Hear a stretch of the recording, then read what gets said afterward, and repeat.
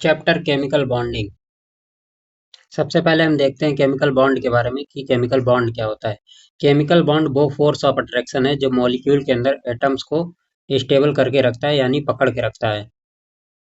Atoms combine क्यों करते हैं? एटम्स कंबाइन करते हैं मोर स्टेबल कॉन्फ़िगरेशन को प्राप्त करने के लिए, और ये डुप्लेट या ऑक्टेट के फॉर्म में हो सकता है।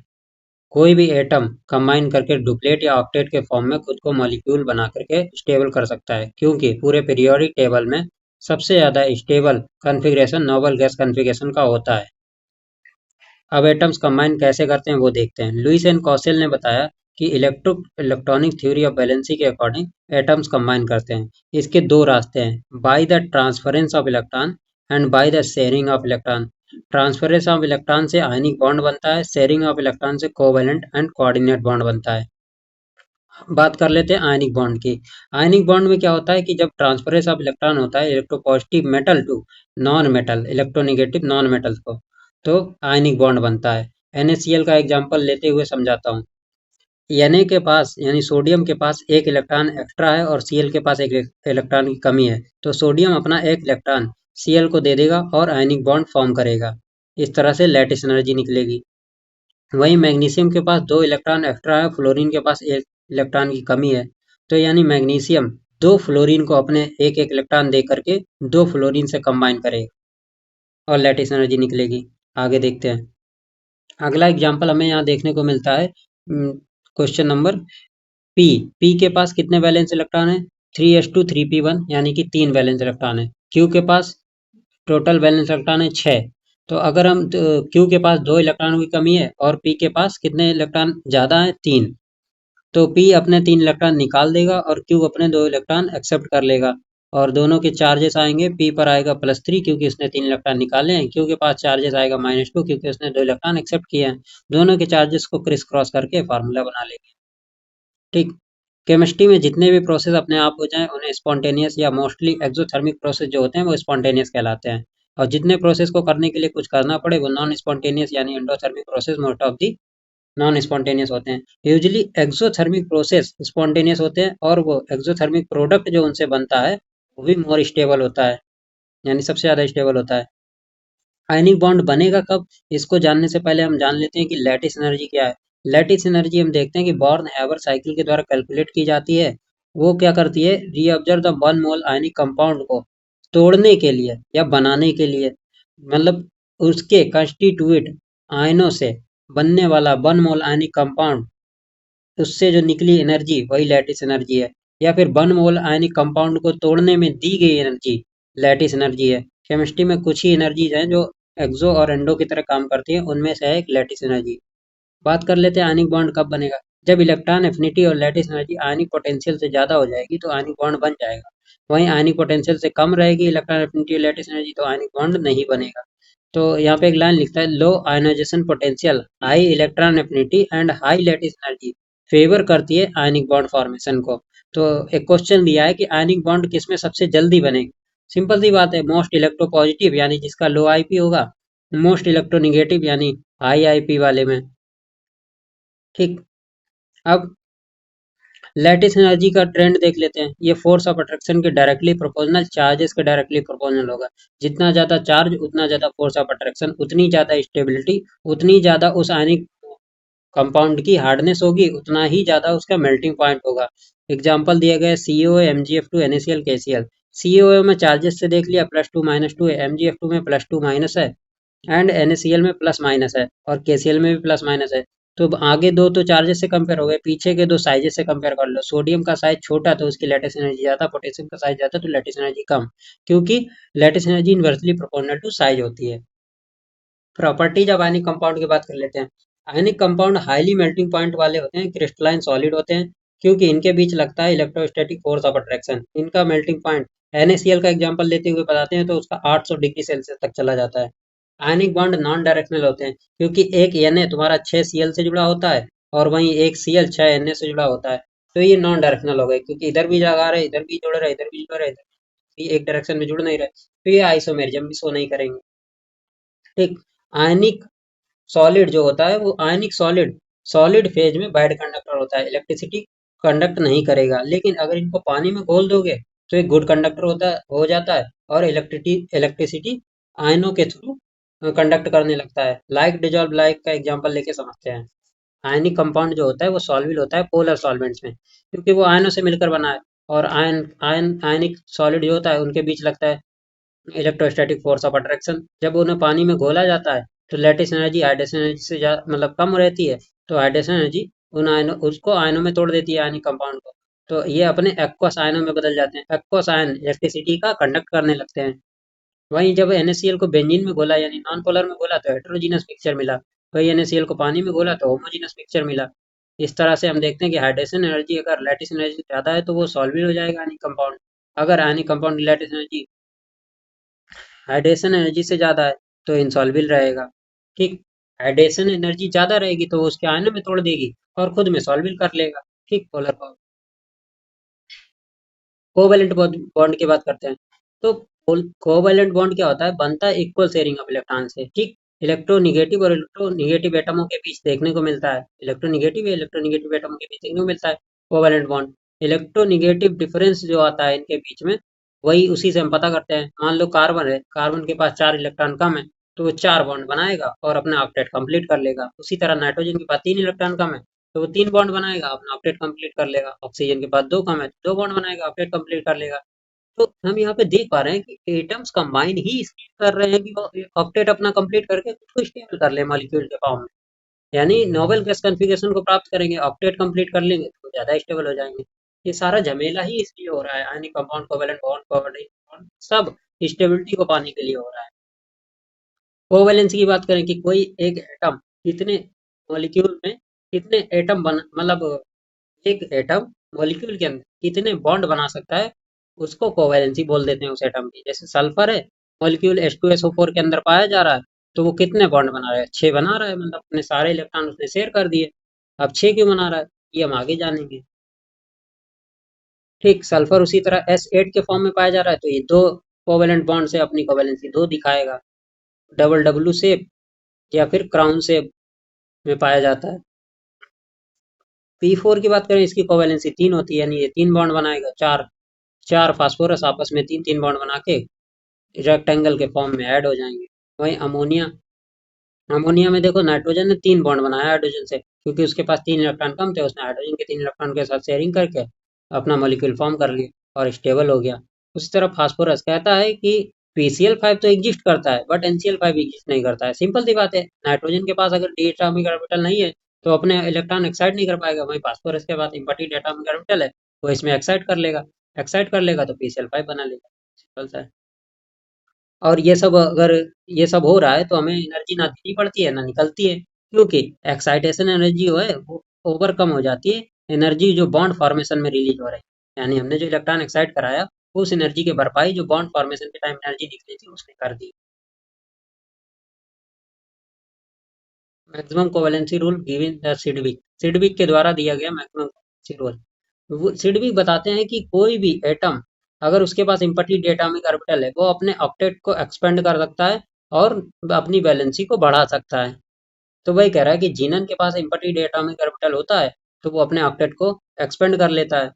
इस तरह से हम जंपिंग करा करा के उसकी वैलेंसी बढ़ाते जाएंगे। 0 से 2, 2 से 4, 4 से 6, 6 से 8। मैक्सिमम जीनन की वैलेंसी हो जाती है 8। कोऑर्डिनेट बॉन्ड की बात करते हैं यहाँ पे। कोऑर्डिनेट बॉन्ड कहते हैं, कोऑर्डिनेट बॉन्ड का दूसरा नाम है सेमी पोलर बॉन्ड और डेटिव बॉन्ड। ये तभी बनेगा यानी एक एटम के पास एग्जैक्ट 2 इलेक्ट्रॉनों की कमी हो और एक के पास 2 इलेक्ट्रॉन यानी देने के लिए यानी 2 पेयर हो उसके पास, तभी कोऑर्डिनेट बॉन्ड बनेगा। अगर हम ओजोन का एग्जांपल लेते हैं, तो यहाँ पे 2 ऑक्सीजन तो कोवैलेंट बॉन्ड बनाएगा, पर हाँ यहाँ पे एक ऑक्सीजन है जिसके पास 2 इलेक्ट्रॉनों की कमी है और बीच वाले ऑक्सीजन के पास 2 इलेक्ट्रॉन एक्स्ट्रा है, तो इसने अपने क्या किए, लोन पेयर के जैसे कोऑर्डिनेट बॉन्ड के थ्रू तीसरे वाले ऑक्सीजन को डोनेट करके उससे साथ कोऑर्डिनेट बॉन्ड बनाया और O3 बन गया। SO3 की बात करें तो सिंपल यहाँ पे भी सेंटर एटम को बीच में रखा, 2 बॉन्ड बना लिए इसने इससे, और इसके बाद 2 लोन पेयर थे तो इसने 2 ऑक्सीजन को डोनेट कर दिया, अपना ऑक्टेट भी कंप्लीट कर लिया और SO3 बना लिया। अब ये लेस स्टेबल होता है, बॉन्ड कम है इसमें। मोर स्टेबल कब होगा? कहते हैं कि अगर सेंटर एटम के पास इम्पटीड एटॉमिक ऑर्बिटल है तो हम कोऑर्डिनेट बॉन्ड को रिप्लेस कर सकते हैं डबल बॉन्ड से। तो हमने यहाँ पे सल्फर के पास इम्पटीड एटॉमिक ऑर्बिटल होता है, तो हमने इसको डबल बॉन्ड से रिप्लेस किया तो ये मोर स्टेबल हो गया क्योंकि इसके पास कोवेलेंट बॉन्ड ज़्यादा आ गए, इसलिए ज़्यादा मोर स्टेबल हो गया। मैक्सिमम कोवेलेंसी, मैक्सिमम कोवेलेंसी की बात करते हैं। तो मैक्सिमम कोवेलेंसी डिसाइड होती है कि उस कोवेलेंट बॉन्ड और कोऑर्डिनेट बॉन्ड दोनों से मिल करके। तो यहाँ पे एग्जांपल देखते हैं कि एटम ए के पास हाफ फील्ड एटॉमिक ऑर्बिटल है, एटम बी के पास हाफ फील्ड एटॉमिक ऑर्बिटल है, दोनों आपस में हाथ मिला के कोवेलेंट बॉन्ड बना लेंगे। जब अगला एग्जांपल देखते हैं तो एटम ए के पास फुल फील्ड एटॉमिक ऑर्बिटल है, यानी उसके पास एक लोन पेयर है, बी के पास इम्पटी एटॉमिक ऑर्बिटल है, यानी ये अपना लोन पेयर इसको डोनेट कर देगा और कोऑर्डिनेट बॉन्ड बना लेगा। ठीक। बोरॉन और नाइट्रोजन का एग्जांपल देखते हैं। बोरॉन में वैलेंस इलेक्ट्रॉन कितने हैं? 2s2p1, 3 वैलेंस इलेक्ट्रॉन है। ठीक। इसके पास s में पेयर्ड होगा और p में एक इलेक्ट्रॉन पाया जाएगा। तो अभी अगर हम इसको एक्साइट करा दें यहाँ पर के, तो 3 वैलेंसी हो गई। ठीक। अब इसके पास इम्पटी पेयर एटॉमिक ऑर्बिटल अभी भी बच रहा है, तो एक फ्लोरीन आएगा, अपना लोन पेयर इसको डोनेट कर देगा, फ्लोरीन माइनस आके यहाँ पे इम्पटी पेयर एटॉमिक ऑर्बिटल में। तो ये इसकी वैलेंसी हो जाएगी 4। तो हम देखते हैं कि पीरियड 2 में मैक्सिमम को वैलेंसी 4 हो सकती है। और उसी तरह नाइट्रोजन में देख लेते हैं 2s2 2p3। अब ये क्या करेगा, अपना लोन पेयर किसी और को डोनेट करके मैक्सिमम कोवेलेंसी 4 को प्राप्त कर लेगा। तो बोरॉन क्या है, लोन पेयर एक्सेप्ट करके मैक्सिमम कोवेलेंसी 4 प्राप्त कर रहा है, वहीं नाइट्रोजन मैक्सिमम कोवेलेंसी डोनेट करके प्राप्त कर रहा है लोन पेयर को। तो मैक्सिमम पीरियड नंबर 2 की मैक्सिमम कोवेलेंसी हो गई 4। पीरियड नंबर 3 में मैक्सिमम कोवेलेंसी 6 होती है, लेकिन हाइड्रोजन की 7 हो जाती है। एल्यूमिनियम +3, इसने क्या किया, अपने तीनों वैलेंस इलेक्ट्रॉन निकाल दिया। अब इसके पास sp empty, pv empty, dv empty. तो ये एक वाटर के एक लोन पेयर को s में एक्सेप्ट करेगा, 3 को p में एक्सेप्ट करेगा, 2 को d में एक्सेप्ट करेगा। तो ये टोटल 6 बना लेगा। ठीक, 6 वाटर मॉलिक्यूल से जोड़ सकता है। तो Al2H2 का होल 6 + 3 एग्जिस्ट करेगा। वहीं Alf6 - 3 भी एग्जिस्ट करेगा, SF6 भी एग्जिस्ट करेगा। ये सभी पॉसिबल है। टाइप्स ऑफ कोवेलेंट बॉन्ड की बात करें तो polar covalent bond, non polar covalent bond. ठीक है। तो पोलर कोवेलेंट बॉन्ड में किसी एक की इलेक्ट्रोनेगेटिविटी ज़्यादा होगी, किसी एक की इलेक्ट्रोनेगेटिविटी ज़्यादा, किसी एक की इलेक्ट्रोनेगेटिविटी कम। जिसकी कम उस पे आएगा पार्शियल पॉजिटिव, जिसकी ज़्यादा होगी उस पे आएगा पार्शियल नेगेटिव। ठीक। कोवेलेंट करेक्टर और आयनिक करेक्टर दोनों रखेगा polar covalent bond. Non polar covalent bond 100% covalent character रखता है। Percentage ionic character in polar covalent bond में निकालने के लिए पॉलिंग स्केल आता है। इलेक्ट्रोनेगेटिव डिफरेंस अगर 1.7 के इक्वल है तो परसेंटेज 50-50 होगा और आयनिक और कोवेलेंट का। अगर कम है 1.7 से तो आयनिक करेक्टर भी कम हो जाएगा, कोवेलेंट डोमिनेट करेगा। अगर इलेक्ट्रोनेगेटिव डिफरेंस 1.7 से ज़्यादा है तो आयनिक करेक्टर डोमिनेट करेगा। ठीक। हैने सिमित इक्वेशन परसेंटेज फार्मूला दे दिया है यानी करेक्टर का। तो 16 into electronegative difference plus 3.5 electronegative difference का स्क्वायर। हाइड्रोजन की इलेक्ट्रोनेगेटिविटी 2.1 दी है, फ्लोरीन की 4.0 यानी 4 दी है। परसेंटेज यानी करेक्टर इलेक्ट्रोनेगेटिव डिफरेंस पुट करके परसेंटेज यानी करेक्टर कैलकुलेट कर लीजिए। डायपोल मोमेंट मेथड की बात करते हैं, into q into d, mu equal to q into d. अब बात करते हैं परसेंटेज यानी करेक्टर का, ये वाला फार्मूला याद करो। Mu given in D and upon 4 point into D in angstrom to 100%। तो ए टू बी डायपोल जो इसका म्यू होगा वो हो जाएगा 1.2। बॉन्ड लेंथ दी है 1 एंगस्ट्रॉम। परसेंटेज यानी करेक्टर कैलकुलेट करने के लिए फार्मूले में पुट करेंगे, परसेंटेज यानी करेक्टर आ जाएगा 25%। प्रॉपर्टीज देख लेते हैं कोवेलेंट कंपाउंड्स की क्या होते हैं। कोवेलेंट कंपाउंड एग्जिस्ट करते हैं सभी तीनों स्टेट में, सॉलिड लिक्विड गैस सभी स्टेट में करेंगे। लो मेल्टिंग पॉइंट वाले होते हैं क्योंकि इनके बीच लगता है van der Waals force of attraction. Van der Waals force of attraction, इसका मतलब ये नहीं कि कोवेलेंट बॉन्ड वीक है। ये भी मेल्टिंग पॉइंट इनके कम इसलिए होते हैं क्योंकि इनके बीच वंडरवाल फोर्स ऑफ अट्रैक्शन लग रहा है। कुछ कोवेलेंट कंपाउंड वे बहुत ज़्यादा हाई मेल्टिंग पॉइंट रखते हैं क्योंकि वो पॉलीमराइज कर लेते हैं, 3D स्ट्रक्चर बना लेते हैं। डायमंड की बात हो रही है यहाँ पर। तो डायमंड क्या करेगा, पॉलीमरिक स्ट्रक्चर बना लेगा जिसकी वजह से उनका मेल्टिंग पॉइंट बहुत ज़्यादा हो जाता है। ठीक।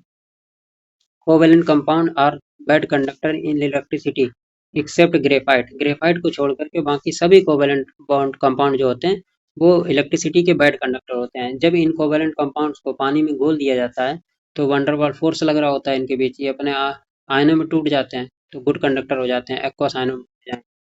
HCl जब गैसियस था तो ये बैड कंडक्टर था, जब पानी में घोला तो गुड कंडक्टर हो गया। कोवेलेंट बॉन्ड डायरेक्शनल होते हैं इसलिए आइसोमेरिज्म शो करेंगे। अगला पॉइंट लिखा था covalent compound dissolve in non polar solvent. Covalent compound non polar solvent में डिजॉल्व हो जाते हैं, but sugar, alcohol, amine also dissolve in water due to hydrogen bonding. यानी सुगर भी एक नॉन पोलर है, अल्कोहल भी नॉन पोलर है, एमीन भी नॉन पोलर है। बट ये वाटर में डिजॉल्व हो जाते हैं किसकी वजह से? हाइड्रोजन बॉन्डिंग की वजह से, क्योंकि ये वाटर के साथ हाइड्रोजन बॉन्डिंग करते हैं इसलिए उसमें डिजॉल्व हो जाते हैं। जॉइंट कोवेलेंट कंपाउंड ले लोगे जैसे पॉलीमेरिक कंपाउंड, डायमंड और रेड फास्फोरस, तो ये कभी भी डिजॉल्व नहीं होंगे किसी भी सॉल्वेंट में, जस के तस पड़े रहेंगे। Lewis dot structure, Lewis dot structure बताता है किसी भी एटम के बैलेंस इलेक्ट्रॉन बॉन्ड पेयर और लोन पेयर के फॉर्म में दिखाना, और वही डिसाइड करता है ज्योमेट्री और शेप को।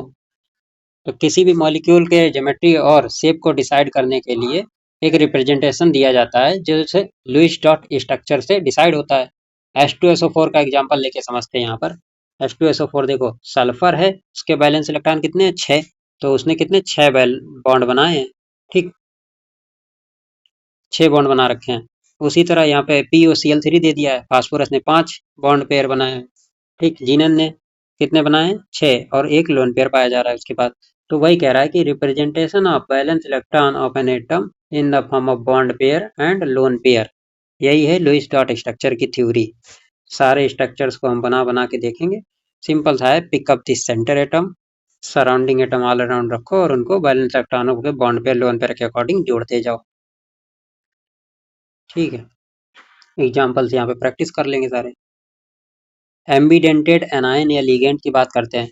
एम्बीडेंटेड लिगेंड में साइनाइड और साइनेट और थायोसाइनेट आते हैं, और आइसोसाइनाइड, आइसोसाइनेट और आइसोथायोसाइनेट। तो एम्बीडेंटेड लिगेंड वो होते हैं जो अपनी डोनर साइड को चेंज कर लेते हैं। जैसे कभी साइनाइड में क्या दे रहे थे? नाइट्रोजन दे रहा था, ठीक, और साइनेट आयन में ऑक्सीजन दे रहा है, और थायोसाइनेट में सल्फर दे रहा है। उसी तरह साइनेट से जब आइसोसाइनाइड बना, साइनाइड से आइसोसाइनाइड, तो पहले नाइट्रोजन दे रहा था, बाद में कार्बन देने लगा, ठीक। साइनेट आयन में लोन पेयर जो था, बॉन्ड पेयर लोन पेयर जो भी देना था, वो पहले ऑक्सीजन दे रहा था, बाद में नाइट्रोजन देने लगा आइसोथायोसाइनेट में। उसी तरह थायोसाइनेट में भी होगा, सल्फर देगा फिर नाइट्रोजन देगा। और इसी तरह हम देख लेते हैं। अब साइनाइड से साइनेट और आइसोथायोसाइनेट ये सब बनते कैसे हैं? देखो साइनाइड में एक ऑक्सीजन जोड़ोगे साइनेट बन जाएगा, ऑक्सीजन को हटाओगे सल्फर जोड़ोगे थायोसाइनेट बन जाएगा। उसी तरह आइसोसाइनाइड में एक ऑक्सीजन जोड़ोगे आइसोसाइनेट बन जाएगा, ऑक्सीजन को हटा के सल्फर जोड़ोगे आइसोथायोसाइनेट बन जाएगा। एक और एम्बिडेंटेड लिखा हुआ है, नाइट्राइट और नाइट्रो। नाइट्राइट में ऑक्सीजन डोनर, नाइट्रो में नाइट्रोजन डोनर। नाइट्राइट में ऑक्सीजन डोनर, नाइट्रो में नाइट्रोजन डोनर। साइक्लिक स्ट्रक्चर देख लो, P4 का साइक्लिक स्ट्रक्चर देखने को मिलता है। 4 लोन पेयर दर्शाए हुए हैं, 3 बॉन्ड पेयर दर्शाए हुए हैं, एक फास्फोरस के, तो हर फास्फोरस का इंडिविजुअली चेक कर लेंगे, देख लेंगे।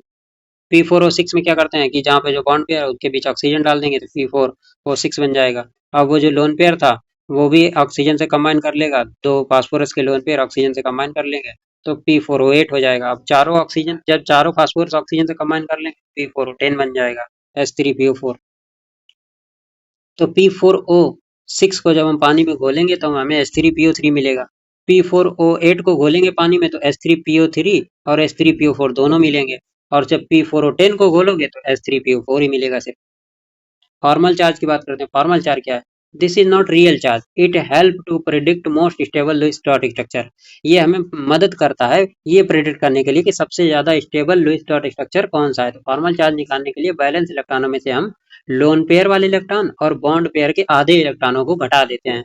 तो क्वेश्चन स्ट्रक्चर बनकर आएगा, उसमें हमें छिड़कानी नहीं करना है, जो दिया है हम किसी को भी 1 नंबर 2 नंबर 3 नंबर मान लेंगे और उस पर फॉर्मल चार्ज कैलकुलेट करेंगे। ओवरऑल चार्ज तो जितना था उस मॉलिक्यूल पे उतना ही आएगा। जैसे इस पे 0 था तो -1 +1 कट के 0 ही आएगा। तो इस तरीके से फॉर्मल चार्ज को कैलकुलेट करने के लिए बैलेंस इलेक्ट्रॉनों में से लोन पेयर वाले इलेक्ट्रॉन और बॉन्ड पेयर के आधे इलेक्ट्रॉनों को घटा दिया जाता है, ठीक। अब आ जाओ यहाँ पे। तो formal charge summation of formal charge real charge के बराबर आता है, ये तो हमने देख लिया था। हजेंस रूल, हजेंस रूल क्या है? To compare covalent character of two molecule, दो मॉलिक्यूल के बीच में कोवैलेंट कैरेक्टर को कंपेयर करने के लिए हजेंस रूल लाया गया। अब कैटायंस के लिए हम पोलराइजिंग पावर की बात करते हैं और एनायंस के लिए पोलराइजेबिलिटी की बात करते हैं। पोलराइजिंग पावर यानी कि वो कितना अपनी तरफ एनायंस के इलेक्ट्रॉन क्लाउड को खींच सकता है, वो उसकी पोलराइजिंग पावर है। और पोलराइजेबिलिटी क्या है? एनायन कितना डिफॉर्म हो सकता है, यानी अपने इलेक्ट्रॉन क्लाउड को कितना पॉजिटिव आयंस की तरफ डिफॉर्म कर सकता है, वो उसकी पोलराइजेबिलिटी कहलाती है। तो कोवैलेंट कैरेक्टर डिसाइड होगा जितना ज्यादा पोलराइजिंग पावर उतनी ज्यादा पोलराइजेबिलिटी बनाएगा, मतलब खींचेगा अपनी तरफ। तो कैटायन के जो पोलराइजिंग पावर है वो डिसाइड होगी, जितना ज्यादा उसका चार्ज होगा और साइज जितना ज्यादा छोटा होगा उतना ज्यादा उसकी पोलराइजिंग पावर होगी। वहीं पोलराइजेबिलिटी की बात करते हैं तो पोलराइजेबिलिटी चार्ज के डायरेक्टली प्रोपोर्शनल होगी, साइज के भी डायरेक्टली प्रोपोर्शनल। साइज यहाँ पे अगर बड़ा लेंगे तो उसका उतना ही ज्यादा इलेक्ट्रॉन क्लाउड बिगड़ेगा, जितना ज्यादा इलेक्ट्रॉन क्लाउड बिगड़ेगा उतनी ज्यादा उसकी पोलराइजेबिलिटी आएगी। एक एग्जांपल दिया गया है यहाँ पे, ठीक। अब देख लो, इसमें चार्जेस से चेक कर लो, सभी में क्या सेंट्रल एटम चेंज हो रहा है ना, सोडियम पोटेशियम मीडियम सीजियम। तो साइज से चेक करो, साइज बढ़ रहा है तो कोवेलेंट करेक्टर घटेगा, आयनिक करेक्टर बढ़ेगा। उसी तरह यहाँ पे क्या, यहाँ पे भी सेंटर एटम चेंज हो रहा है, सेंटर एटम चेंज हो रहा है, सेंटर एटम पर चार्ज बढ़ रहा है, चार्ज बढ़ने पर कोवेलेंट करेक्टर बढ़ेगा, आयनिक करेक्टर घटेगा। और इसमें क्या है, सराउंडिंग एटम चेंज हो रहा है, centre atom centre metal same है, सोडियम सोडियम सोडियम सभी में। तो ऊपर से नीचे जाने पर एनायन, एनायन क्या है, एनायन का साइज बढ़ रहा है, एनायन का साइज बढ़ने पर कोवेलेंट करेक्टर बढ़ेगा। वही चौथा ऑप्शन देख लो, NaCl Na2S और Na3P। इसमें क्या है, एनायंस का चार्ज बढ़ रहा है, तो चार्ज बढ़ने पर भी कोवेलेंट कैरेक्टर बढ़ेगा, यानी कैरेक्टर घटेगा, क्योंकि पोलराइजेबिलिटी बढ़ रही है। यहाँ पे पोलराइजिंग पावर बढ़ रही थी ऊपर के दो ऑप्शंस में, नीचे वाले में पोलराइजेबिलिटी बढ़ रही है क्योंकि एनायंस के रिस्पेक्ट में देख रहे हैं, ऊपर कैटायंस के रिस्पेक्ट में देखा था। कौन सा ऑर्डर इनकरेक्ट है ये पहचानो। तो कह रहा है कि कोवेलेंट कैरेक्टर, इसमें ट्रेंड देखो कोवेलेंट कैरेक्टर का, चार्ज बढ़ रहा है, चार्ज बढ़ने पर कैटायन का चार्ज बढ़ने पर कोवेलेंट कैरेक्टर बढ़ रहा है, ठीक है। हम देख लिया कोवेलेंट कैरेक्टर बढ़ रहा है, तो अगले वाले में कोवेलेंट कैरेक्टर देखते हैं, इसमें भी चार्ज बढ़ रहा है, कोवेलेंट कैरेक्टर बढ़ेगा, ठीक। अब इसमें देख लो, एनायन का चार्ज सेम है और साइज का दिक्कत है, तो आयनिक कैरेक्टर देखने के लिए कोवेलेंट कैरेक्टर का उल्टा कर दो, सीधी बात है, फॉर्मूला वही लगाओ, आयनिक कैरेक्टर कर देंगे। तो यहाँ पे क्या है, अगर इसका साइज बढ़ रहा है, सल्फर का साइज ज्यादा, तो सल्फर का साइज ज्यादा होने पर इसका कोवेलेंट कैरेक्टर भी ज्यादा होगा, तो आयनिक कैरेक्टर कम होगा, सिंपल सा, ठीक। अब कह रहा है अगला आयनिक कैरेक्टर देखो। अब यहाँ पे देखो, सेंट्रल मेटल चेंज हो रहा है, बेरिलियम मैग्नीशियम कैल्शियम बेरियम दे दिया है, ठीक। तो बेरिलियम का और मैग्नीशियम का, कैल्शियम का, बेरियम का, तो बेरिलियम और मैग्नीशियम, कैल्शियम एंड बेरियम, तो इस पे तो क्या होगा तुम्हारा प्लस टू, ठीक। Cl2 तो सभी से जुड़ा हुआ है। अब क्या है, ये इसमें साइज बढ़ रहा है कैटायन का, साइज बढ़ने पर कैटायन का कोवेलेंट कैरेक्टर घटेगा, तो कोवेलेंट कैरेक्टर घट रहा है, या जो ऑर्डर दिया है कोवेलेंट कैरेक्टर का दिया है और लिख दिया है इसने आयनिक कैरेक्टर, तो ये हो गया तुम्हारा गलत, हमारा ऑप्शन मिला लिया, इनकरेक्ट पूछा था हमने, इनकरेक्ट चौथा मिल गया हमें, ठीक। सूडो नोबल गैस कॉन्फ़िगरेशन क्या होता है, वो डी ब्लॉक एलिमेंट होते हैं जो अचीव करते हैं सूडो नोबल गैस कॉन्फ़िगरेशन को, जो कि आता है NH2 NP6 ND10 के बराबर, यानी 18 वैलेंस इलेक्ट्रॉन होंगे, क्या pseudo noble gas configuration D block elements के द्वारा अचीव किया जाता है, और उनमें 18 वैलेंस इलेक्ट्रॉन होते हैं जिनका कॉन्फ़िगरेशन NH2 NP6 ND10 के फॉर्म में आता है। तो जिंक का देख लेते हैं यहाँ पे, NH2 NP6 ND10, ठीक। यहाँ पे जिंक +2, यानी उन्होंने अपने आयनों से 2 इलेक्ट्रॉन निकाल दिए, तो वैलेंस इलेक्ट्रॉन कितने बचे, 2 इलेक्ट्रॉनों को निकाल करके उसने नोबल गैस कॉन्फ़िगरेशन को प्राप्त कर लिया, यानी स्टेबिलिटी प्राप्त हो गई उसको। उसी तरह NaCl और CaCl2 में कैल्शियम क्लोराइड और सोडियम क्लोराइड में देखते हैं सबसे ज्यादा कौन स्टेबल है, तो कैल्शियम क्लोराइड में कैल्शियम ज्यादा स्टेबल हो जाएगा, उसने किया, नोबल गैस कॉन्फ़िगरेशन को प्राप्त कर लिया है। और पुअर शील्डिंग इफेक्ट भी लग रहा है डी इलेक्ट्रॉनों का, ऑर्डर ऑफ कोवेलेंट कैरेक्टर यहाँ पे देखने को मिल जाएगा। लिमिटेशन ऑफ ऑक्टेट थ्योरी क्या है, हाइपोवैलेंट मॉलिक्यूल अगर उसके पास वैलेंस इलेक्ट्रॉन से कम है इलेक्ट्रॉन, तो हाइपोवैलेंट में आता है, वैलेंस इलेक्ट्रॉनों से ज्यादा है इलेक्ट्रॉन वैलेंस सेल में, तो वो हाइपरवैलेंट में आता है। कोई आइडिया नहीं था ज्योमेट्री और शेप के बारे में, ऑक्टेट थ्योरी कोई भी आइडिया नहीं देती है, ज्योमेट्री और शेप के बारे में नहीं बताती है, ठीक। वहीं ये आइडिया नहीं देती है स्ट्रेंथ ऑफ बॉन्ड के बारे में, silent about the energy molecule, यानी कि एनर्जी मॉलिक्यूल के बारे में साइलेंट रहती है, एनर्जी भी नहीं बताती है, ना ही उसकी स्ट्रेंथ बताती है। और ये थी ऑक्टेट थ्योरी की लिमिटेशन। ऑक्टेट थ्योरी के अकॉर्डिंग ऑक्सीजन एक डायमैग्नेटिक मॉलिक्यूल है, बट इन रियलिटी ये पैरामैग्नेटिक होता है, और इसका पैरामैग्नेटिक नेचर एमओटी थ्योरी के अकॉर्डिंग, यानी मॉलिक्यूलर ऑर्बिटल थ्योरी से प्रूव किया जाता है। तो यहाँ पे ऑक्टेट थ्योरी के अकॉर्डिंग तो ये डायमैग्नेटिक दिखा रहा है, पर होता नहीं है रियल में, तो ये पैरामैग्नेटिक होता है ना, वो हम एमओटी में पढ़ेंगे, ठीक। ऑड इलेक्ट्रॉन मॉलिक्यूल क्या होते हैं, odd electron molecule normal bond तो ऐसे दिखता है कि एक दिया एक लिया कोवैलेंट बॉन्ड बन गया। ऑड इलेक्ट्रॉन मॉलिक्यूल में क्या करता है, ये साझा करता है, एक इलेक्ट्रॉन खाली रह जाता है, तो वही ऑड इलेक्ट्रॉन मॉलिक्यूल हो जाता है। किसी एक के पास एक सिंगल इलेक्ट्रॉन बचेगा, वो ऑड इलेक्ट्रॉन, सिंगल एक बचे या तीन बचे, ऑड इलेक्ट्रॉन मॉलिक्यूल हो जाता है। उस ऑड इलेक्ट्रॉन मॉलिक्यूल के एग्जांपल है NO, NO2, ClO2, ClO3, O2, O2 minus, याद करो, NO, NO2, ClO2, NO, NO2, ClO2, ClO3, O2, O2 minus, ClO3, O2, O2 minus, NO, NO2, ClO2, NO, NO2, ClO2, ClO3, O2, O2 minus, ClO3, O2, O2 minus, याद कर लिया। Always paramagnetic coloured रहते हैं, paramagnetic होंगे वो coloured nature के होंगे, और सॉलिड फेज में ये डायमराइजेशन में चले जाएंगे तो इनका कलर भी गायब हो जाएगा, ठीक। यहाँ पे NO2 जो था पैरामैग्नेटिक था, ब्राउन कलर का था, जब उसने डायमराइज किया तो डायमैग्नेटिक हो गया, कलरलेस हो गया। Valence bond theory. अब बात करते हैं बैलेंस बॉन्ड थ्योरी के बारे में। तो हिटलर एंड लंदन ने मॉडिफाई की, पॉलिंग एंड स्लेटर ने दी। किसने? हिटलर एंड लंदन ने। और मॉडिफाई किसने की? पॉलिंग एंड स्लेटर ने। ये हमें क्या बताती है कि कोवेलेंट बॉन्ड कैसे बनता है, कैसे बनता है। तो हम देखते हैं कि जब दो एटम आपस में एक दूसरे को अचीव करते हैं तो उनके बीच रिपल्सन, उनके न्यूक्लियस के बीच रिपल्सन और बैलेंस इलेक्ट्रॉनों के बीच रिपल्सन बढ़ता जाता है, बढ़ता जाता है। तो व्हेन द अपीयर्स बोथ एक दूसरे को अचीव करते हैं तो कम्स इन पिक्चर, यानी फोर्स एक पिक्चर आता है जिसकी रिपल्सन का होता है। तो न्यूक्लियस इसके बैलेंस इलेक्ट्रॉनों पे और ये वाला न्यूक्लियस इसके बैलेंस इलेक्ट्रॉनों पे अट्रैक्शन लगा रहा होगा, और ये इलेक्ट्रॉन इस पर रिपल्सन लगा रहा होगा, ये न्यूक्लियस इस पर रिपल्सन लगा रहा होगा। तो ये दोनों जब एक दूसरे को अचीव करते हैं, जब दोनों इक्वल हो जाएंगे, यानी force of repulsion force of attraction equal हो जाता है, वहीं पे मॉलिक्यूल फॉर्म हो जाता है। तो experimentally show the initially attractive force dominate करता है over the repulsive force, loss of energy यानी पोटेंशियल एनर्जी मतलब बढ़ती चली जाएगी और एनर्जी का लॉस होगा। फाइनली एक स्टेज आएगी जहां पर दोनों फोर्सेज इक्वल हो जाती हैं, वहीं पे मॉलिक्यूल बन जाता है। आगे आ जाओ, ओवरलैपिंग कॉन्सेप्ट की बात करते हैं। तो ओवरलैपिंग कॉन्सेप्ट क्या आता है? एक कोवेलेंट बॉन्ड बनता है ओवरलैपिंग हाफ फील्ड ऑर्बिटल से, यानी दो हाफ फील्ड एटॉमिक ऑर्बिटल। हम ये पहले पढ़ चुके हैं कि ए के पास एक हाफ फील्ड था, बी के पास एक हाफ फील्ड था, तो उन्होंने हाथ मिला लिया, बन गया कोवेलेंट बॉन्ड। दो तरह की ओवरलैपिंग होती है, एक्सियल ओवरलैपिंग और axial overlapping and lateral overlapping. तो एक्सियल ओवरलैपिंग में देखते हैं leads to sigma bond. Axial overlapping का हमेशा सिग्मा बॉन्ड बनेगा और स्ट्रॉन्ग बॉन्ड होता है, can exist independently, independently exist करेगा। अब ये चूंकि स्ट्रॉन्ग बॉन्ड बना रहा है, सिग्मा बॉन्ड बना रहा है, और सिग्मा हमें पता था कि सिग्मा बॉन्ड क्या करता है, ज्योमेट्री डिसाइड करता है, शेप ऑफ मॉलिक्यूल को डिसाइड करता है। तो सिग्मा बॉन्ड पेयर जो होते हैं वो काउंट होते हैं हाइब्रिडाइजेशन में, और हाइब्रिडाइजेशन से ही हम ज्योमेट्री निकालते हैं। तो इलेक्ट्रॉन डेंसिटी एंड मैक्सिमम कहाँ होगी? Inter nuclear axis. Inter nuclear axis दिख रही है यहाँ पे, जब ये एक्सियली एक दूसरे को अप्रोच कर रहे हैं, हाफ फील्ड और सिग्मा बॉन्ड बना रहे हैं, हाफ फील्ड एक दूसरे को एक्सियली अप्रोच कर रहे हैं, जहां पर इलेक्ट्रॉन डेंसिटी ज्यादा है, कहां पर? इंटरन्यूक्लियर एक्सिस पर। तो ये सबसे स्ट्रॉन्ग बॉन्ड भी होगा और सबसे ज्यादा स्टेबल भी होगा, ठीक। और हाइब्रिडाइजेशन भी शो करेगा, ज्योमेट्री को डिसाइड करेगा, शेप ऑफ मॉलिक्यूल को डिसाइड करेगा। आगे आ जाओ, स्ट्रेंथ ऑफ बॉन्ड की बात कर लेते हैं। स्ट्रेंथ ऑफ बॉन्ड में एस एस की ओवरलैपिंग, एस पी की ओवरलैपिंग, पी पी की ओवरलैपिंग। तो एस एस सी की ओवरलैपिंग, ये छोटे छोटे हैं तो लड्डू आपस में एक दूसरे के ऊपर ज्यादा ओवरलैप नहीं कर पा रहे हैं, तो ये थोड़ा वीक होगा। पर पीपी वाले क्या है कि पूरा इसका एक ये लोब एक दूसरे के ऊपर ओवरलैप कर गया, तो ये ज्यादा स्ट्रांग हो जाएगा। एसपी वाला इंटरमीडिएट हो जाता है, ठीक।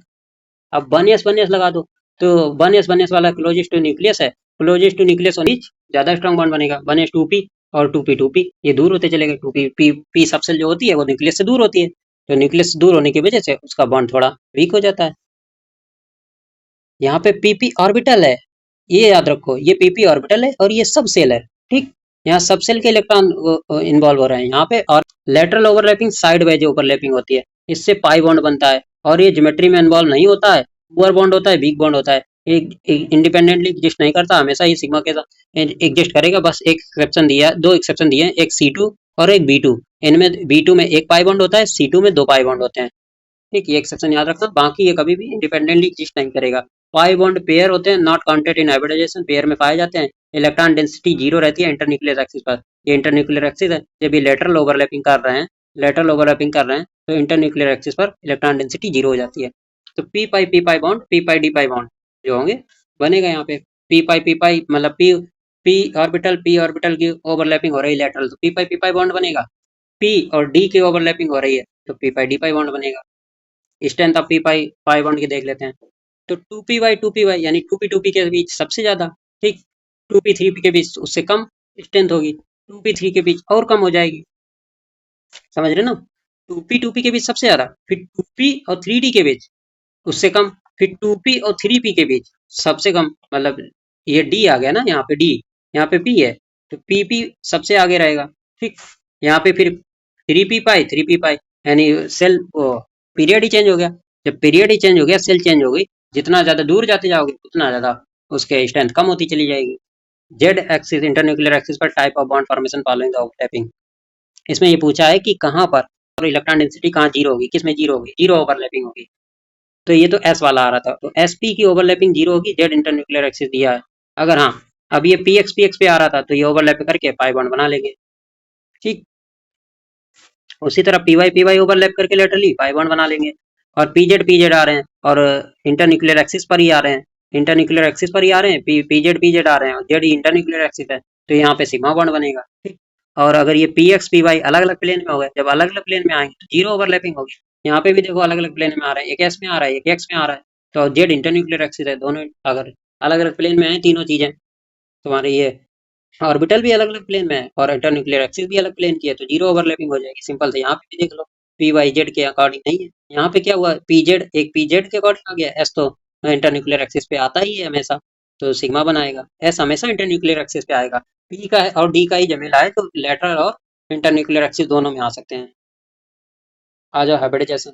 हाइब्रिडाइजेशन पॉलिंग इंसुलेटर के द्वारा दिया गया हाइपोथेटिकल कॉन्सेप्ट है। Never takes place in isolated term, always occurs in during bond formation. कभी भी अकेले एग्जिस्ट नहीं करेगा, हमेशा बॉन्ड फॉर्मेशन के टाइम ही दिखाई पड़ेगा। हाइब्रिड ऑर्बिटल मोर डायरेक्शनल होता है, इसलिए ये ज्योमेट्री भी अलग शो करता है।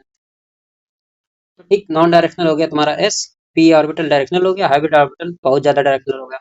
ये देखो यहाँ पे एक इसका लोब बड़ा है, एक छोटा है, तो ये ज्यादा डायरेक्शनल हो गया। sp3 sp और sp अलग अलग टाइप का होता है। तो hybrid orbital always form sigma bond, hybrid orbital हमेशा सिग्मा बॉन्ड बनाएगा और ज्योमेट्री को डिसाइड करेगा। ठीक, सिग्मा बॉन्ड ज्योमेट्री को ही डिसाइड कर रहा था ना, हमने ऊपर अभी यहाँ पे पढ़ा था ये देखो, सिग्मा बॉन्ड स्ट्रॉन्ग बॉन्ड होता है, can exist independently, geometry shape and molecule को डिसाइड करता है। Sigma bond formation axial overlapping होती है, ज्योमेट्री को डिसाइड करता है, हाइब्रिडाइजेशन फॉर्म करता है।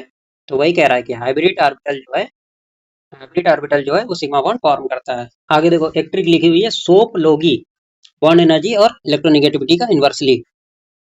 तो सोप लोगी से याद रखो, एस से हो गया तुम्हारा साइज ऑफ हाइब्रिड ऑर्बिटल। ठीक, साइज ऑफ हाइब्रिड ऑर्बिटल, ओ से हो गया ओवरलैपिंग पावर, पी से हो गया परसेंटेज पी करेक्टर, एल से हो गया बॉन्ड लेंथ। ठीक, इन्वर्सली प्रोपोर्शनल है बॉन्ड एनर्जी और इलेक्ट्रोनेगेटिविटी। तो ट्रिक लिखी है सोप लोगी।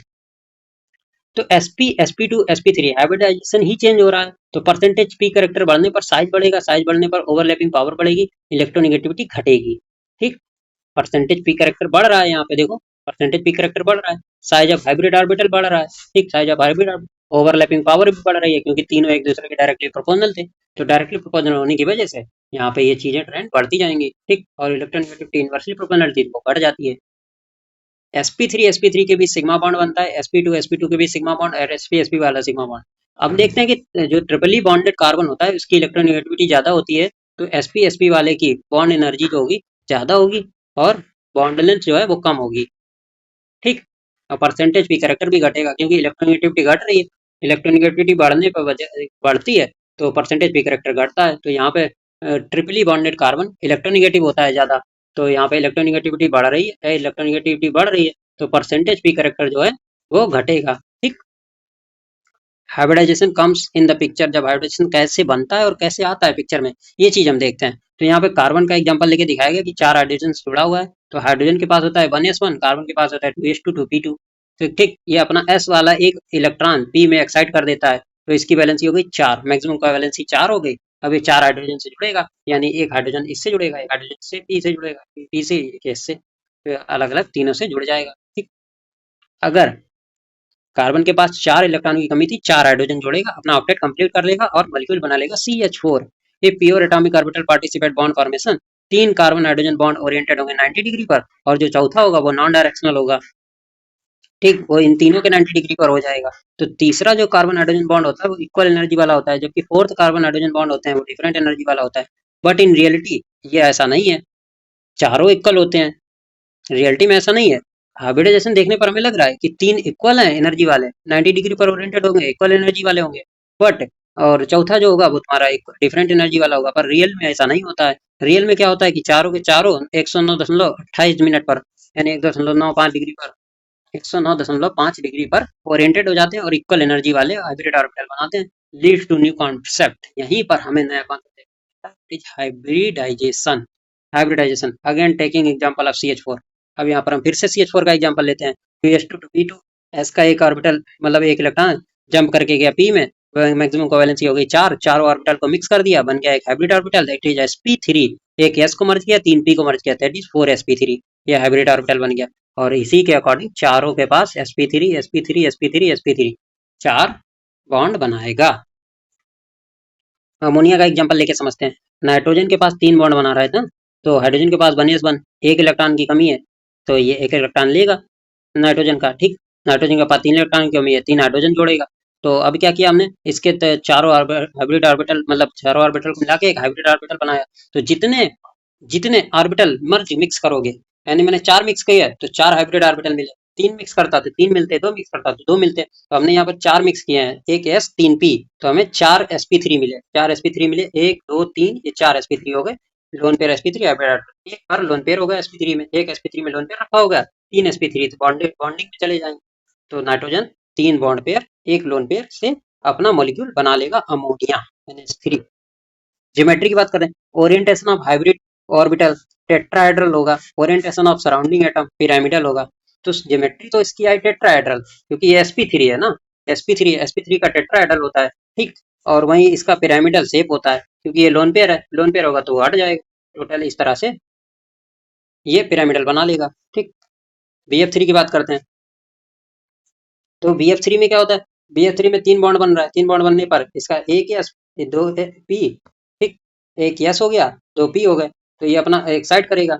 तो तीनों को मर्ज किया, तो तीन ऑर्बिटल को मर्ज किया था, एक empty atomic orbital, pure p atomic orbital, empty pure p atomic orbital को अलग कर दो। हमने तीनों को मर्ज किया तो 3 मिल गए, तीन sp2, 3 को मर्ज किया तो 3 हाइब्रिड ऑर्बिटल मिले, तीनों मिल गए, एक इम्पटी बच गया, ये वाला एक इम्पटी बच गया pz वाला। तो दो तीनों के परपेंडिकुलर ओरिएंटेड हो जाएगा, इन तीनों के परपेंडिकुलर ओरिएंटेड हो जाएगा। और ज्योमेट्री आएगी ट्राइगोनल प्लेनर, sp2 से डिसाइड होता है। ज्योमेट्री कैसे आ रही है वो भी आगे पढ़ेंगे, ठीक। शेप हो जाएगी इसकी tetragonal planar, x y plane में। अगर बोरॉन एक्स वाई प्लेन में लिया है तो पीजेड को छोड़ा है, तो एफ भी यानी फ्लोरीन भी एक्स वाई प्लेन में लेना होगा, उसका हाफ फील्ड पीजेड का नहीं होना चाहिए, क्योंकि ओवरलैपिंग जीरो हो जाएगी। अगर अभी ओरिएंटेशन, अभी ओवरलैपिंग वाला कॉन्सेप्ट पढ़ के आए हैं, जस्ट यहाँ पे हमने पढ़ा था 0 0 0 आया था, और यहाँ पे सिग्मा आया था, क्योंकि एक ही इंटरन्यूक्लियर एक्सिस पर ले रहे थे। तो हमें जब जो ऑर्बिटल मिक्स कर रहे हैं वो एक ही प्लेन में होने चाहिए, किसी और प्लेन में अगर ले लिया हमने तो अगर तुम उसको मर्ज करोगे तो जीरो ओवरलैपिंग हो जाएगी, जो कि पॉसिबल ही नहीं, तो मुश्किल बनेगा ही नहीं। तो इसलिए मर्ज होने वाले ऑर्बिटल, यानी कि जो हाथ मिला रहे हैं दूसरे से, वो एक ही प्लेन में होने चाहिए, और जो इम्पटी वाला है वो अलग प्लेन में होगा, ठीक। पीजेड में चला गया और ये एक्स वाई प्लेन में आ गई, एक्स और वाई प्लेन में, ठीक। एक्स वाई प्लेन में ट्राइगोनल प्लेनर ज्योमेट्री प्राप्त हो गई। CO2 की ज्योमेट्री देख लो एग्जाम्पल से, इसी तरह से SO2 की देख लो। Hybridization is the intermixing of pure atomic orbital nearly equal energy to form equal number of same energy orbital called hybrid orbital। कहता है कि अगर हम हाइब्रिडाइजेशन निकाल रहे हैं तो प्योर एटॉमिक ऑर्बिटल की मिक्सिंग करेंगे, और जो नए ऑर्बिटल प्राप्त होंगे वो हाइब्रिड ऑर्बिटल होंगे, जितने मिक्स कर रहे हो उतने ही हमें प्राप्त होंगे, और वो सबकी एनर्जी सेम होगी। यानी हाइब्रिड ऑर्बिटल में sp2 था, तो ये 3 sp2 थे, तीनों की एनर्जी सेम होगी, ठीक। चाहे उसमें लोन पेयर रखा हो, चाहे उसने पी पाई डी पाई बॉन्ड बनाया हो, चाहे सिग्मा बॉन्ड बनाया हो, कुछ भी बनाया हो, तीनों की एनर्जी सेम होगी, और सिग्मा बॉन्ड ज्योमेट्री में डिसाइड जाएगा, और बाकी लोन पेयर अगर आया तो उतने सिग्मा बॉन्ड हटा दो, बी शेप को डिसाइड करेगा। तो बी शेप वेंट शेप हो गया, यहाँ पे लोन पेयर्स को हटा दिया जाता है ज्योमेट्री से, इस स्ट्रक्चर में ज्योमेट्री का हाइब्रिडाइजेशन sp2 आया है, ठीक। लोन पेयर तो ज्योमेट्री तो डिसाइड करेगा, पर हाँ शेप को डिसाइड करने के लिए सिर्फ बॉन्ड पेयर देखते हैं, लोन पेयर नहीं देखते हैं। ज्योमेट्री और एंगल और उनके हाइब्रिडाइजेशन के बारे में। तो एटॉमिक ऑर्बिटल जिनको मिक्स किया जा रहा है, हाइब्रिड ऑर्बिटल जो हमें मिल रहा है, और ज्योमेट्री जो हमें मिल रही है, ठीक। बॉन्ड एंगल जो पाया जा रहा है, तो S और P को मर्ज किया तो 2sp बने, और ज्योमेट्री प्राप्त हुई लीनियर, और उनके बीच जो बॉन्ड एंगल पाया गया वो 180 डिग्री था, और तीनों एटम एक ही प्लेन में होंगे। S और 2p को मर्ज किए, यानी 2p मर्ज किए, एक S मर्ज किया, तो बना sp2, 3sp2 बने, यानी 3 बॉन्ड बनाएगा, ठीक। और तीनों के बीच जो बॉन्ड एंगल पाया जाएगा वो 120 डिग्री का होगा, चारों एटम एक ही प्लेन में होंगे, तो ये हो गया प्लेनर। अब आ जाओ, एक S और 3p को मर्ज किया तो 4 sp3 मिले, और टेट्राहेड्रल ज्योमेट्री मिली, और उनके बीच जो बॉन्ड एंगल पाया गया वो 109.5 डिग्री का पाया गया। और जो तीन एटम मैक्सिमम एक प्लेन में हो सकते हैं, और एक उसके परपेंडिकुलर या किसी और प्लेन में होगा, ठीक है। अब आगे देख लेते हैं। एस को मर्ज किया, 3p को मर्ज किया, और एक डी को मर्ज किया, ज्योमेट्री मिली sp3d ट्राइगोनल बाइपिरामिडल, ठीक। अब इसमें दो तरह का बना, sp2 या 2pd मर्ज किए, तो बेंट रूल के अकॉर्डिंग, बेंट रूल क्या कहता है कि इलेक्ट्रोनिगेटिव एटम ऑक्यूपाई करता है मोर परसेंटेज पी करेक्टर वाली जगह को, और लोन पेयर जो ऑक्युपाई करता है वो मोर परसेंटेज एस करेक्टर वाली जगह को।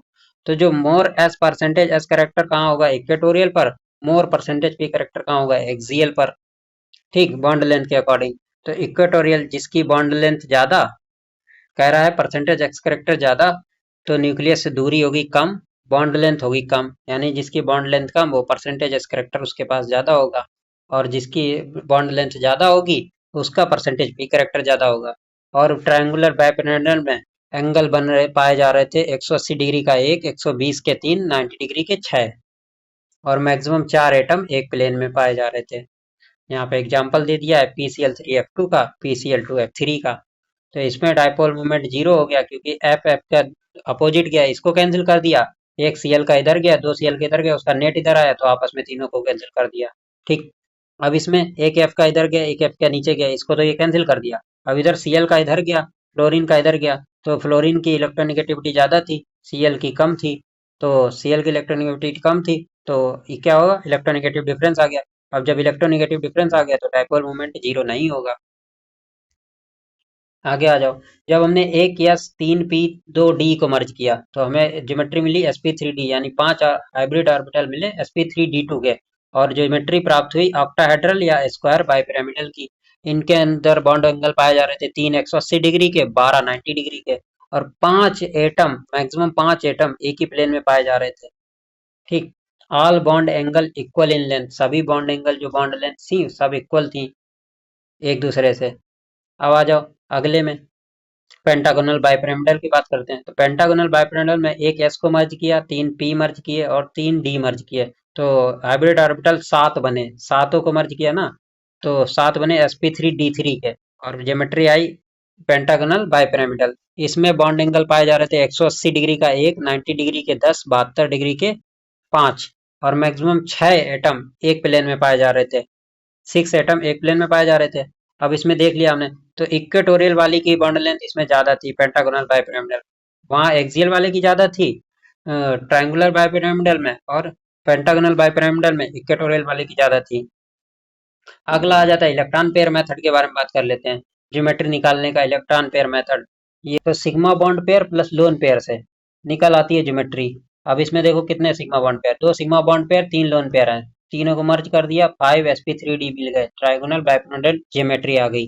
XeOF4 में कितने सिग्मा बॉन्ड पेयर हैं, पांच, पांच सिग्मा बॉन्ड पेयर हैं, वन लोन पेयर पाया जा रहा है ये वाला। ठीक, और छः छः हो गई टोटल, छः sp3d2 प्राप्त हुए, स्क्वायर बाइपिरामिडल इसकी ज्योमेट्री हो गई। इसी तरह एग्जांपल ClO2 का देख लो, दो sigma bond pair, one lone pair, sp2 trigonal planar आ गया। फिर चार सिग्मा बॉन्ड पेयर BF4 में, जीरो लोन पेयर, चार sp3 प्राप्त हुए, टेट्राहेड्रल हो गया। वहीं तीन सिग्मा बॉन्ड पेयर तुम्हारे NO3 में थे, जीरो लोन पेयर था, तीन sp2 प्राप्त हुए, ट्राइगोनल प्लेनर होगी ज्योमेट्री। CO3-2 में देख लेते हैं, तीन सिग्मा बॉन्ड पेयर हो गए इसमें, तीन सिग्मा बॉन्ड पेयर और जीरो लोन पेयर, तो तीन sp2 प्राप्त हुए, ट्रायंगुलर प्लेनर आ गई। यहाँ पे एक नोट लिखता है कि कुछ molecule equivalent in gaseous phase होते हैं, ठीक, कोवेलेंट होते हैं गैसियस फेज में, आयनिक हो जाते हैं सॉलिड फेज में। यानी जब वो कोवेलेंट नेचर रखते थे तो वो गैसियस फेज में क्या थे, आयनिक थे, मतलब कोवेलेंट थे गैसियस फेज में। और जब वो एक दूसरे से मर्ज हो गए, आयनिक हो गए सॉलिड फेज में। जैसे N2O5 गैसियस फेज में कोवेलेंट था, जब उसको मर्ज किया तो आयनिक फेज में वो क्या हो गया, सॉलिड फेज में आयनिक बन गया जाके, सॉलिडिफिकेशन हुआ उसका। तो दो N2O5 मर्ज हुए, N2O5 था ये, sp2 अब ये sp NO2 में टूटा, sp2 NO3 में टूटा। अब ये दोनों मर्ज होके आयनिक सॉलिड बना लिए, और क्या हो गए, आयनिक इन सॉलिड फेज। इसी तरह से PCl5 का एग्जांपल देखता है, PCl4 PCl6 से मिलके बन जाता है, PbR5 का PbR4 Br माइनस से मिलके बन जाता है, XeF6 में XeF5 F माइनस से मिलके बन जाता है, ClO6 में ClO2 और ClO4, ClO2 और ClO4 sp2 और sp3 मर्ज होके बनाता है। ठीक, अब आ जाओ, how to find p pi t pi d pi bond कैसे प्राप्त करेंगे। तो SO2 का एग्जांपल लेके समझते हैं। इसमें क्या है, एक एक एक सिग्मा दिख रहा है, सल्फर जो है दो सिग्मा बना रहा है, दो पाई बना रहा है। अब हमें दो पाई बॉन्ड निकालना है, तो हम पहले इसका हाइब्रिडाइजेशन निकाल लेते हैं। हमने हाइब्रिडाइजेशन निकाला, sp2 आया, यानी 3sp2, तीन सिग्मा, एक ये ऑड लोन पेयर हो गया ना, इसके पास एक लोन पेयर, दो बॉन्ड पेयर, तो बनाया 3sp2। तो अब एक पी हाइब्रिड ऑर्बिटल खाली पर मिल गया, एक पी हाइब्रिड ऑर्बिटल यानी प्योर एटॉमिक ऑर्बिटल खाली बच गया, तो वो क्या बनाएगा, वो पी पाई बनाएगा एक है। अब उसके बाद पी खत्म हो गए, पर एक पाई और अभी बनाने को बचा है, तो अगला जो पी पाई डी पाई बनेगा, ठीक, अगला जो बनेगा वो पी पाई डी पाई बनेगा। तो उसी तरह एक्सियो 3 में देख लेते हैं, 3 पाई बॉन्ड बन रहे हैं, तीनों एस पी पी खत्म हो चुके हैं, तो जितने तीनों बनेंगे, अब इसके पास पी बचा ही नहीं, तो पी पाई बनने की गुंजाइश ही नहीं है। बनेगा क्या, हमेशा सेंट्रल वाले का डी यूज करेंगे, जीनन का, और बाकी सबका सराउंडिंग वाले का पी यूज करेंगे, तो पी पाई डी पाई तीनों पी पाई डी पाई मिल जाएंगे हमें। उसी तरह NO3 में एक ही पाई बॉन्ड बन रहा था, और हमारे पास एक पी बच भी रहा था, तो जो पाई बॉन्ड बनेगा वो पी पाई ही होगा, और कोई पाई बॉन्ड बनेगा ही नहीं। इन ऑर्गेनिक ऑर्गेनिक मॉलिक्यूल में क्या, in the organic molecule sp3 minus pi rule लगा देते हैं कि जिस कार्बन का हमें हाइब्रिडाइजेशन निकालना है, उस पे हम बिंदी रखो, हाथ रखो, मान लो हमने इस पे इसको टारगेट मान लिया, हमने टारगेट माना इसको, ठीक, टारगेट मान लिया। ये कार्बन कितने पाई बॉन्ड बना रहा है, 2 पाई बॉन्ड बना रहा है, एक दो, 2 पाई बॉन्ड बना रहा है, एक इधर बना रहा है, एक इधर बना रहा है, तो 2 पाई बॉन्ड बना रहा है, sp3 में से 2p घटा दो, कितना आ गया, sp आ गया, सिंपल सा। अब वेस्पर थ्योरी की बात कर लेते हैं। वेस्पर थ्योरी, वेस्पर थ्योरी की बात करें, valence electron pair repulsion theory, इसका फुल फॉर्म है, फिलिप्सी एंड नायोल्म के द्वारा दी गई। लोन पेयर प्रेजेंट रहता है सेंट्रल एटम पर, तो ये शेप एंगल जो है इसका डिस्टॉर्ट हो जाता है, डिस्टॉर्ट होने की वजह से उनके बीच में रिपल्सन को मिनिमाइज करने के लिए, फोर्सन को मिनिमाइज करने के लिए अपना शेप चेंज करता है, ज्योमेट्री के अकॉर्डिंग नहीं रह जाता है, तो क्या कहते हैं, तब वेस्पर थ्योरी लगती है। तो lone pair role, lone pair repulsion सबसे ज्यादा, फिर आता है lone pair bond pair repulsion, फिर आता है bond pair repulsion, bond pair में भी सबसे ज्यादा डबल बॉन्ड रिपल्सन, फिर double bond single bond repulsion आता है, और सिंगल बॉन्ड रिपल्सन बहुत ही कम लगता है या लगता ही नहीं है। अब आ जाओ BCl3 का एग्जांपल लेके देखते हैं, BCl3 और COCl2 और SnCl2 का एग्जांपल लेके समझते हैं यहाँ पर। तो BCl3 में क्या है, 3 सिग्मा बॉन्ड पेयर था, 0 लोन पेयर था, तो बॉन्ड पेयर के बीच लग रहा था रिपल्सन, तो इसका शेप बदल के ट्रायंगुलर प्लेनर से क्या हो जाता है, ट्रायंगुलर प्लेनर ही रहेगा, थीटा 120 डिग्री, ठीक। अब इसमें अभी तक लोन पेयर नहीं आया, लोन पेयर नहीं आया, शेप बदलता है लोन पेयर की वजह से, और एंगल बदल जाएगा किसी भी रिपल्सन की वजह से, ठीक, एक्सेप्ट सिंगल बॉन्ड में। तो शेप तभी बदलेगा जब लोन पेयर आएगा, जैसे कि हम थर्ड वाले का एग्जांपल देखते हैं, SnCl2 का, इसमें एक लोन पेयर आ गया, तो लोन पेयर आने की वजह से इसका जो शेप है वो थोड़ा बेंट हो जाएगा, तो एंगुलर या बेंट शेप हो जाएगा। Cl2 में क्या हो रहा है, 2 सिग्मा बॉन्ड पेयर बन रहे थे, 1 लोन पेयर बन रहा था, ठीक, एंगुलर शेप हो जाता है उसका। एंगुलर शेप हो जाने की वजह से क्या होता है कि ये जो loan pair bond pair repulsion लग रहा था, उसकी वजह से ये बॉन्ड पेयर के बीच का थीटा जो है थोड़ा सा कम हो जाता है 120 डिग्री से, तो शेप हो जाती है एंगुलर। अगला एग्जाम्पल हमें CH4 NH3 और H2O का देखने को मिलता है।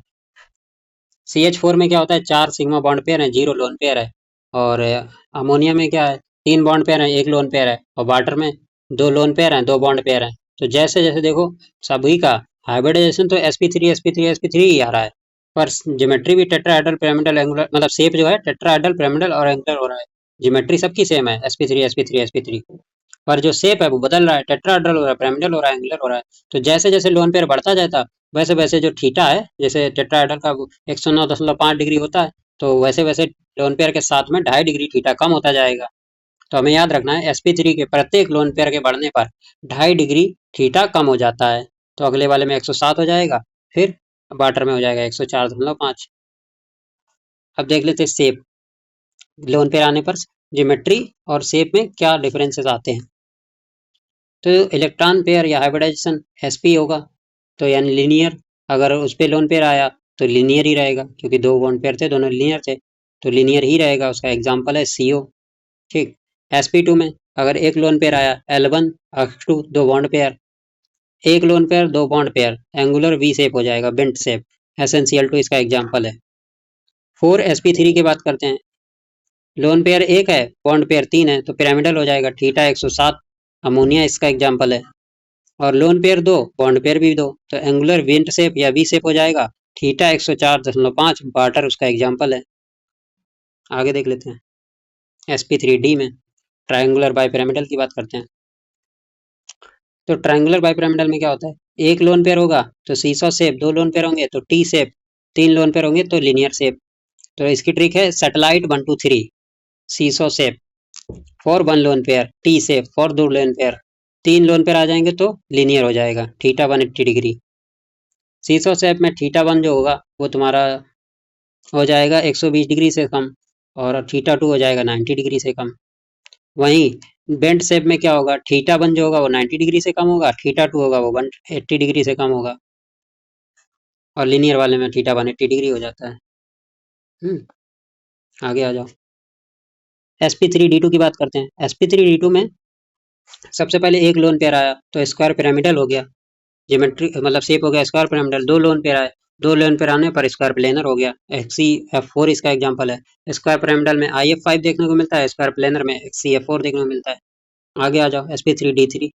ठीक, sp3d3 में एक लोन पेयर आएगा पेंटागोनल पिरामिडल डिस्टॉर्टेड ऑक्टाहेड्रल या कैप्ड ऑक्टाहेड्रल आता है जब एक लोन पेयर दिया हो, तो इसे डिस्टॉर्टेड ऑक्टाहेड्रल और कैप्ड ऑक्टाहेड्रल बोलते हैं, कैप्ड।